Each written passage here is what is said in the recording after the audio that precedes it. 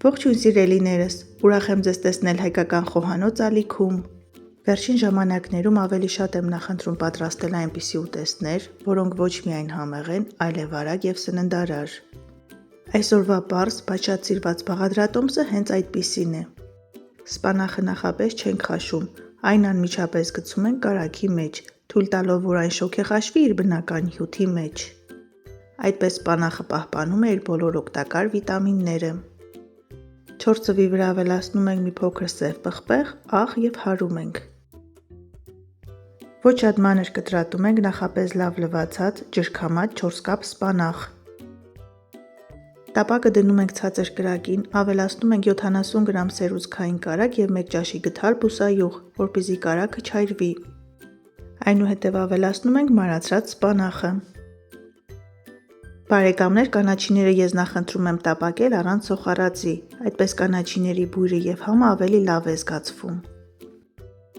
Մեկ անգամ առանց սոխի պատրաստելուց հետո վստահեցնում եմ, որ դուք էլ կհավանեք պատրաստման այս տարբերակը։ Ցանկալի է կանաչիները տապակելիս նախապես առաջ ջրի մեջ չխաշել, քանի որ վիտամինների մեծ մասը ջրի հետ միասին դուրս է գալիս։ Չնայած որ անգամ մեկ կաթիլ ջուր չենք ավելացրել, տեսեք որքան հյութ է արձակել կանաչին, հենց իր բնական հյութի մեջ էլ այն կշոգեխաշենք։ Սպանախը բավականին նուրբ ջերմազգայուն կանաչի է և երկար եփելու անհրաժեշտություն չկա, 4-ից 5 րոպեն լրիվ բավարար է։ Ավելացնում ենք աղս ճաշակի, մի լավ խառնում ենք և շոգեխաշում ենք ևս 1-2 րոպե։ Իսկ դուք ինչպես եք պատրաստում սպանախը, շատ հետաքրքիր է, գրեք մեկնաբանություններում։ Վերջում ավելացնում ենք հարացավ կիթները, մի փոքր խառնում ենք և սպասում ենք ևս 2 րոպե և վերջ, կարելի է արդեն մատուցել։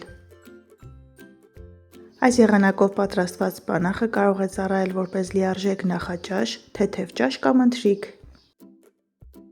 Մատուցում ենք մածունով կամ սխտոր մածունով և իհարկե չենք մոռանում մեր հայկական ավանդական լավաշի մասին։